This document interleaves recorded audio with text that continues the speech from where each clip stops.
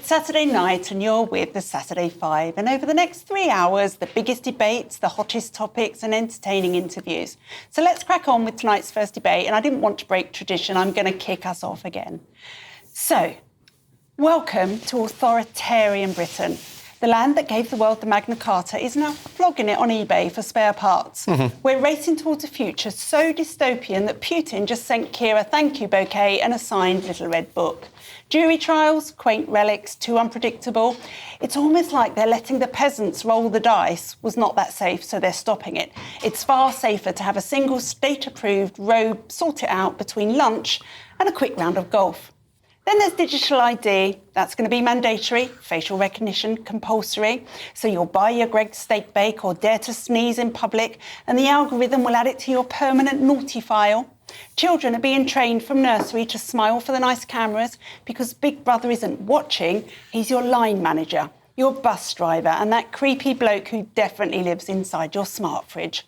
The House of Lords, well, hereditary peers are being booted out, 80 of them, to be fair, to make room for an industrial quantity of Labour donors. Democracy thrives when one party owns the entire crayon box and then eats the red ones first. Local elections, they've been postponed again, indefinitely, comrades. Nothing to see here. Nothing says vibrant democracy like quietly deleting half of the ballot boxes because reform were about to turn them into confetti.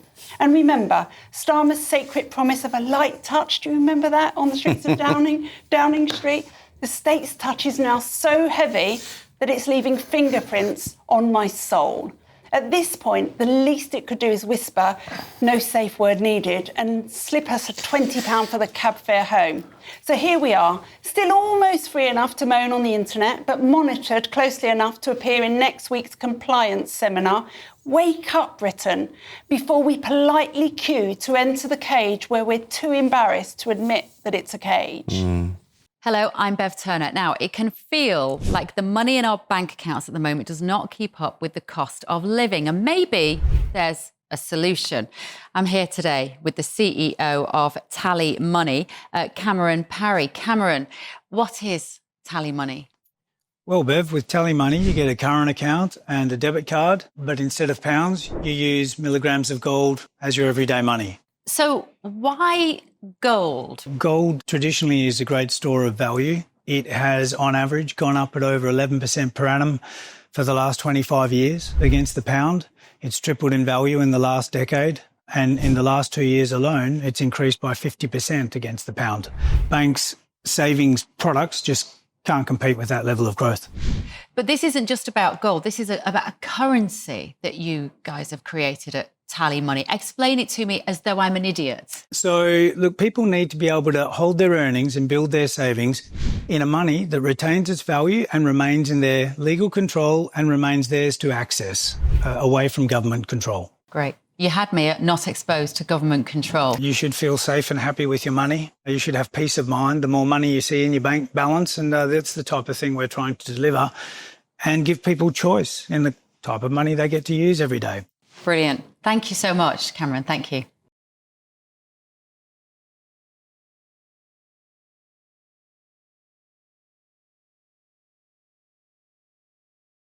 It's a shocking state of affairs, isn't it? It really is. We seem to go from one Orwellian nightmare to the next one, and we don't seem to have had any democratic say as to how that's happened. What I am becoming more and more radicalised by is the fact that politicians and successive governments put out manifestos that they say are costed and that have got the support of their party, got the support of the public, and then within 6 months, those manifestos are completely ripped up. In Labour's case, they are literally deleted from existence because they don't want to be people going online and finding it. That's been completely thrown into the dustbin, and then we're expected to just nod our heads and go along with it. Well, I'm sorry, if you think that there's a threat to democracy and you constantly attack other political parties for being authoritarian, well, actually, maybe you should start by looking at yourselves. Well, you know why they they can't actually say this in their manifesto because what you've just described is a conscious trade-off.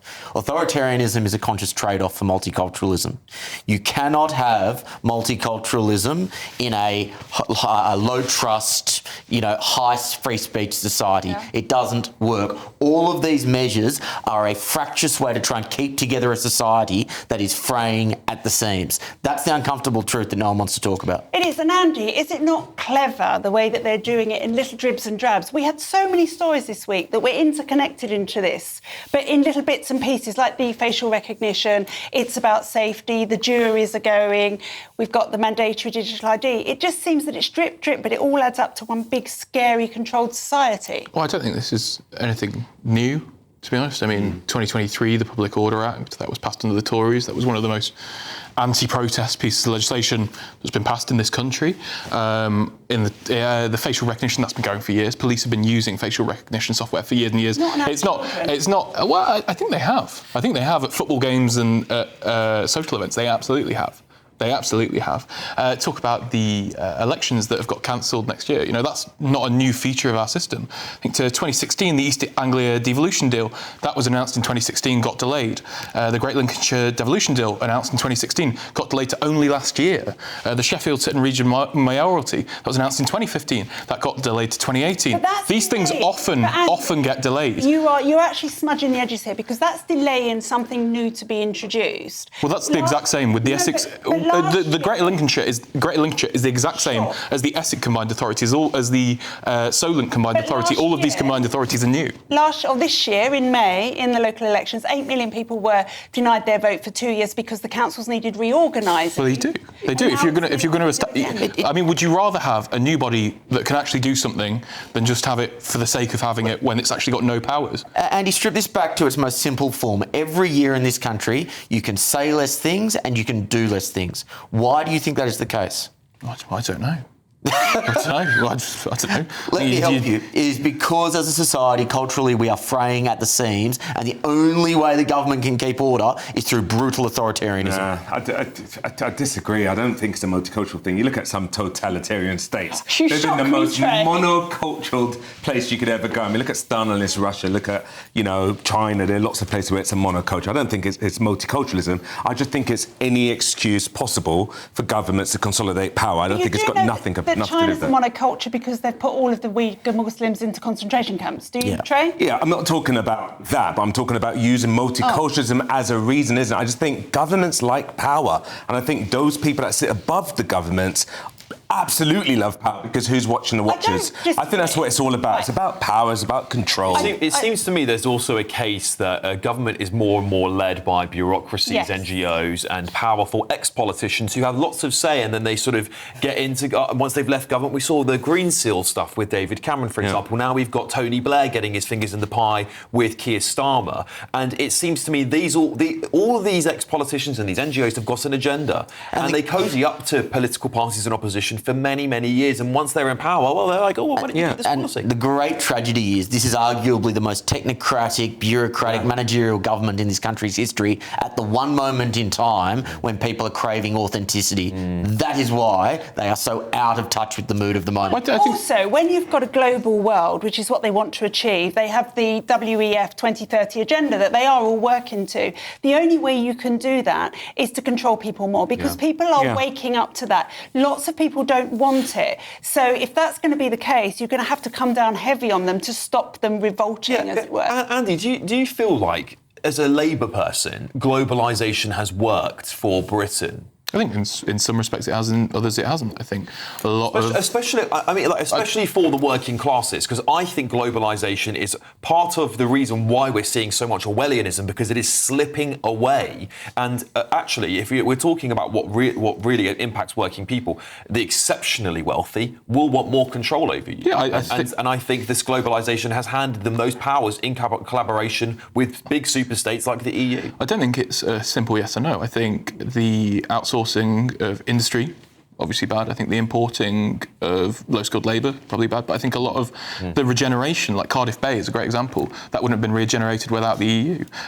Near me, where I'm from in Nottinghamshire, over in Sutton, that got regenerated from EU funds. Like, globalisation has its benefits and its negatives, yes, but certainly. Cardiff Bay couldn't have been regenerated Well, it didn't. without the EU. It wouldn't have. It wouldn't have been. But the other It wouldn't have thing been, we though. is we've got... Why not? Why not, though? Why not? Why couldn't we have done that as a country? Yeah. I mean, we just don't have the money. We don't have the money to spend to do it. But The EU do. But before the EU's regeneration programme started, before it actually started impacting Western countries like ours, not Eastern European countries, the money we would have put into the EU by that time could have funded the regeneration of these places. It's only recently we've started getting these regeneration programmes because we demanded a little bit more back from our I mean, when did the Cardiff Bay regeneration happen? What, 2011, 2012? Yeah. Like, it's not a new thing. Well, I think a perfect in the last 10 example of years, this, Alex, is this week to see Bill Gates doing the news rounds to bleat about us cutting our aid budget and how, upset he was by that.